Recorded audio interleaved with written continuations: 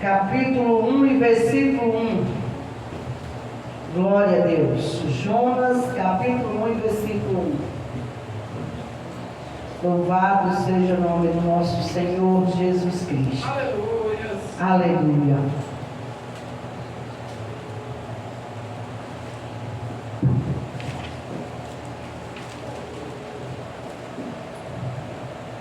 Glória a Deus. Quem achar, vamos ficando de pé para reverenciar a palavra do Senhor nessa noite. Glória a Deus. Jonas capítulo 1 e versículo 1. Fica depois de Obadias. Jonas capítulo 1 e versículo 1. Glória a Deus. Tem um telefone chamando. Aleluia. Isso aí. Glória a Deus. Vamos ler então. A vocação de Jonas, a sua fuga e o seu castigo. E veio a palavra do Senhor a Jonas, filho de Amitai, dizendo: levanta-te, vai à grande cidade de Nínive e clama contra ela, porque a sua malícia subiu até mim. E Jonas se levantou para fugir de diante da face do Senhor, para Tarsis. E descendo a Jope, achou um navio que ia para Tarsis. Pagou, pois, a sua passagem e desceu para dentro dele para ir com eles para Tarsis de diante da face do Senhor. Mas o Senhor mandou ao mar um grande vento, e fez-se no mar uma grande tempestade, e o navio estava para quebrar-se. Então temeram os marinheiros e clamaram cada um ao seu Deus, e lançando no mar as fazendas que estavam no navio para o aliviarem do seu peso, Jonas, porém, desceu aos lugares do porão e se deitou e dormia um profundo sono. E os mestres do navio chegaram-se a ele e disseram-lhe: que tens, dormente? Levanta-te, invoca o teu Deus, talvez assim Deus se lembre de nós, para que não pereçamos. E dizia cada um ao seu companheiro: vinde e lancemos sorte, para que saibamos por que causa nos sobreveio este mal. E lançaram sorte, e a sorte caiu sobre Jonas. Então lhe disseram: declara-nos tu agora por que razão nos conveio este mal? Que ocupação é a tua? E de onde vens? Qual é a tua terra? E de que povo és tu? E ele lhes disse: eu sou hebreu e temo ao Senhor, o Deus do céu, que fez o mar e a terra seca. Amém? Amém. Glória a Deus. Podem sentar. Eu, meditando nessa palavra, nós vemos aqui que Jonas disse: eu temo a Deus. Temo a Deus. Como Jonas teme a Deus, ele estava acabando de fugir, né, daquilo que Deus mandou ele fazer, e temia a Deus. Então, irmãos, um título que eu daria aqui seria: que Deus está em todos os lugares. Então, você não consegue fugir de Deus. Não adianta, você pode fugir da presença do seu pai, do seu irmão, do seu amigo, do seu pastor, mas de Deus ninguém se esconde.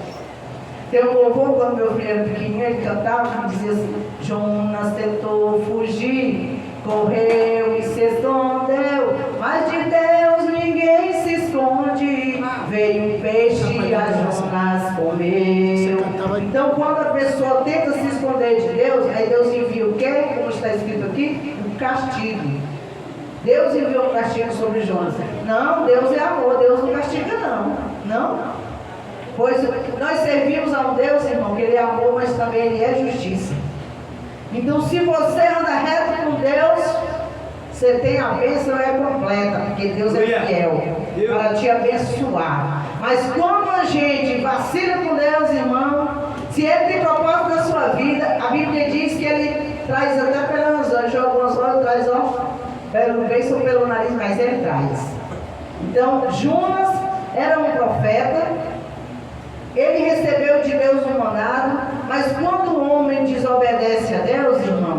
só desce. Jonas desceu até Jope. Jonas desceu até o fundo do barco e depois Jonas desce até o ventre da baleia. Porque Jonas estava em desobediência. E quando aquele mar ficou agitado, aquele povo pegaram o que eles tinham, jogaram nas águas. Então nós vemos o quê? Quando você traz para o seu barco pessoas que você não devia trazer, você sofre a consequência juntamente com ele. Se Deus está tratando com alguém, não meta a sua mão que você se queima. Muitas vezes Deus está trabalhando na vida daquela pessoa, está castigando pela sua negligência, né? Pela sua desobediência, aí você vai tentar ajudar. Não faz isso não. Quando você vê seu irmão uma dificuldade, você pergunte a Deus, eu ajudo ou não ajudo? Porque se for Deus tratando, fica caro para você. Então, quando Deus está tratando, deixa Deus tratar. Aqui foi o caso de Jonas. Ele estava fugindo do Senhor e ele desceu até Jope, a primeira descida de Jonas. Quando ele chegou ali, tinha uma vaga naquele navio. Ele comprou uma passagem, pagou para ir para um lugar bem distante, onde lá não se ouvia falar da palavra de Deus. Ou seja, eu não quero conversa com o negócio de Deus, com a palavra de Deus, eu vou para bem longe. Então, nunca queira sair da presença de Deus.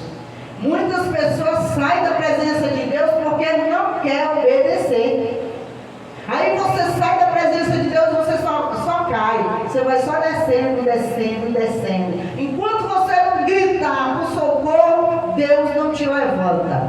Mas é feliz aquele que reconhece que está em desobediência, que está errado e clama ao Senhor, porque esse Deus levanta. Então, irmão, nós vemos aqui que quem traz pessoas... É bom, irmão, a gente ser seletivo, sabia?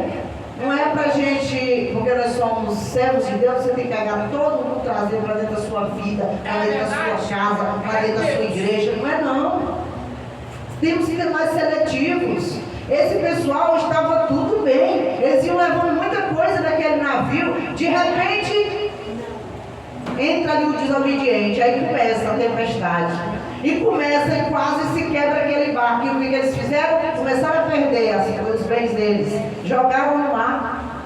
Né? Aí, com a entrada dos desobedientes ali, veio tantas percas para eles. Veio percas financeiras, veio a perca da paz, veio a tribulação, veio o desespero, porque tinha um desobediente ali dentro daquele navio. Então, eles poderiam ter passado dessa viagem tranquilos, com todos os bens que eles estavam levando, mas eles começaram a perder. E a Bíblia diz que enquanto tudo isso acontecia, Jonas dormia. Jonas dormia. Sabe por quê, irmãos? Porque o desobediente, quando ele entra na sua casa e o vento vem e derruba tudo, ele dorme tranquilo. Está nem aí. O sono da negligência é um sono cruel. Porque quem está dormindo, ele pode estar balançando o barco, quebrando tudo e ele está lá. Bem tranquilo. Está nem aí. Assim foi o caso de Jonas. E naquele momento jogaram coisas e fazendas e mais bens dentro daquele mar ali, nada se acalmou. Então eles tiveram a ideia de perguntar a Jonas quem era ele, qual era o povo dele. Foi quando ele falou que ele era servo do Deus vivo, do Deus Todo-Poderoso, criou o mar, né? E criou todas as coisas. Quando ele falou isso, esses homens temeram. Esses homens não eram servos de Deus, eles não eram judeus. Eles eram ímpios, mas eles temeram a Deus. Porque quando eles disseram, o que fazemos? Então Jonas disse que joga no mar, que o mar se acalma. Ele sabia que estava errado, ele reconheceu que ele estava errado e sabia que a culpa era dele, de tudo aquilo que estava acontecendo, mas até então ele dormia tranquilo e bem despreocupado ali. E ali, irmãos, nós vemos que aqueles homens pegaram Jonas e jogaram no mar, e quando Jonas foi jogado, o mar logo se acalmou. Então, se a pessoa que está na tua vida traz turbulência, traz desespero, tira da sua vida, deixa ir.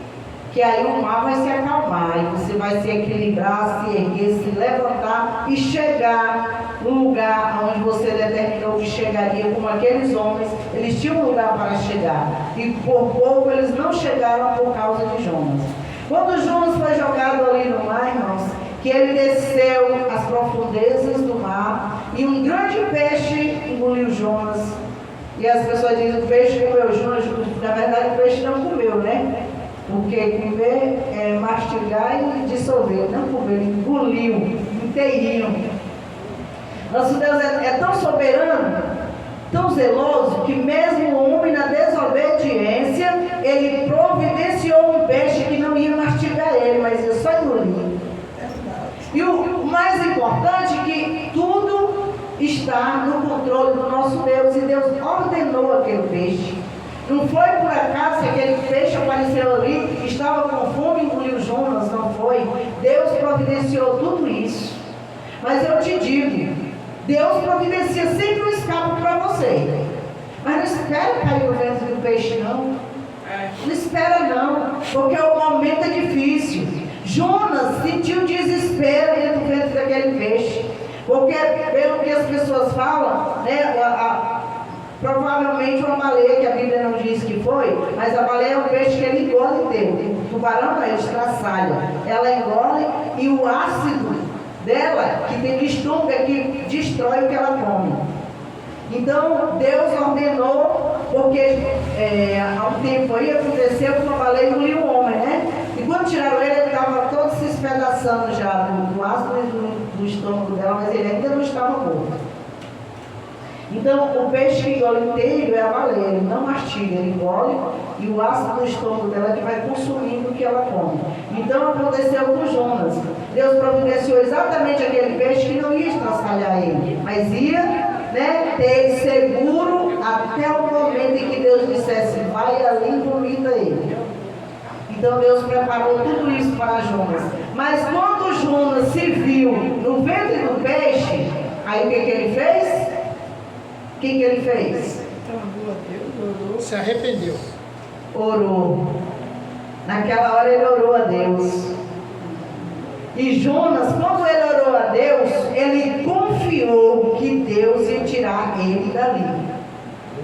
Então, irmão, se você desobedeceu ao Senhor, não abandona o Senhor não. Se arrepende, confessa seu pecado, deixa e pede misericórdia a Deus, que Ele vai te ajudar, Ele vai te ouvir. Porque Jonas, irmão, ele fugiu dali porque ele sabia que Deus é bom e que se ele fosse Nínive e pregasse, Deus ia salvar aquele povo.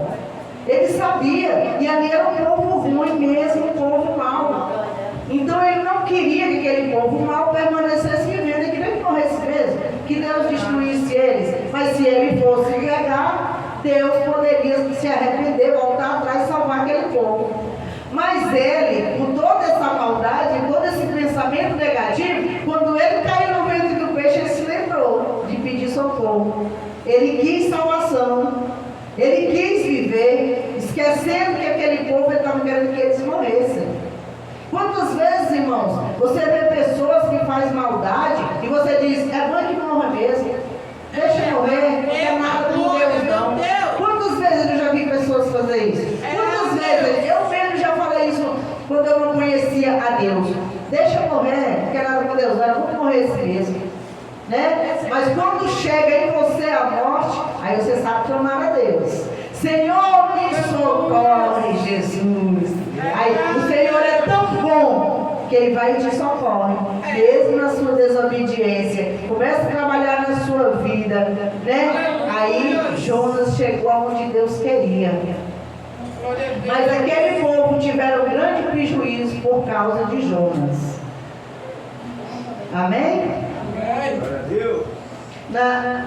No versículo 12, e ele lhes disse, levantai-me e lançai-me ao mar, e o mar se aquietará, porque eu sei que por minha causa vos sobreveio esta grande tempestade. Né? Quando ele entrou lá, ele não imaginou que Deus ia fazer tudo aquilo não, ele achou que ele estava fugindo de Deus. né? Como é que, sendo um profeta de Deus, ele achou que podia fugir de Deus? Não tem como. Se Deus mandar você ir, vá. Se Deus mandar você fazer, faça. Deus manda você ficar, fica. Mandou você voltar, volta. Obedeça ao Senhor e tudo vai bem. Porque o nosso Deus é Deus zeloso, é Deus de bonança. Mas não traga para a sua vida tempestade. Toda tempestade tem uma causa. A tempestade na vida daqueles homens foi Jonas a causa. Quem será o causador da tempestade que você está passando hoje? Você já parou para pensar? Quem é que está te causando porque você diz, não, eu estou reto com Deus, estou fazendo tudo direitinho, estou servindo a Deus, estou obedecendo e a tempestade está vindo. Então procura ver quem está no seu barco ao ponto de gerar toda essa tempestade, lança fora e aí você vai chegar lá. Amém? Aleluia. Glória a Deus. Aleluia, Jesus. O versículo 17. Deus sempre dá uma chance para o ser humano se arrepender e para voltar atrás. Deparou, pois, o Senhor um grande peixe para que tragasse a Jonas. E esteve Jonas 3 dias e 3 noites nas entranhas do peixe. Né? Jesus também esteve 3 dias e 3 noites nas profundezas da terra, né? Mas só que Jesus esteve lá por obediência e por cumprir aquilo que o Pai tinha determinado. Com Jonas foi diferente. Ele estava ali por desobediência, né? Em Efésios capítulo 5, versículo 14.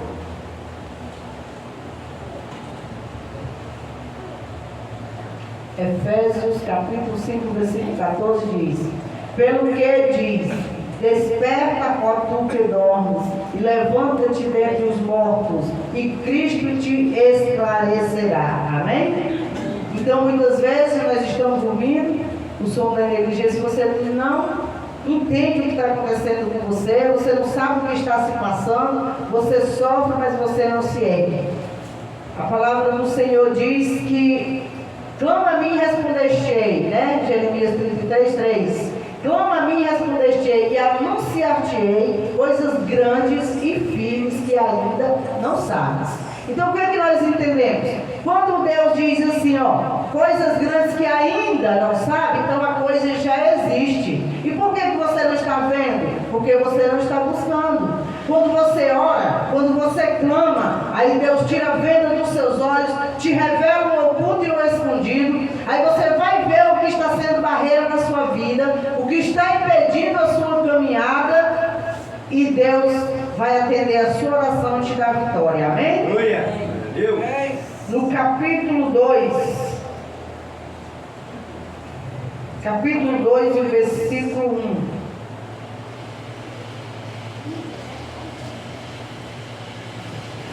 E orou Jonas ao Senhor seu Deus das entranhas do peixe e disse: na minha angústia clamei ao Senhor, e ele me respondeu. Do ventre do inferno gritei, e tu ouviste a minha voz. Porque tu me lançaste no profundo, no coração dos mares, e a corrente me cercou, todas as tuas ondas e as tuas vagas têm passado por cima de mim. E eu disse: lançado estou de diante dos teus olhos, todavia tornarei a ver o tempo da tua santidade.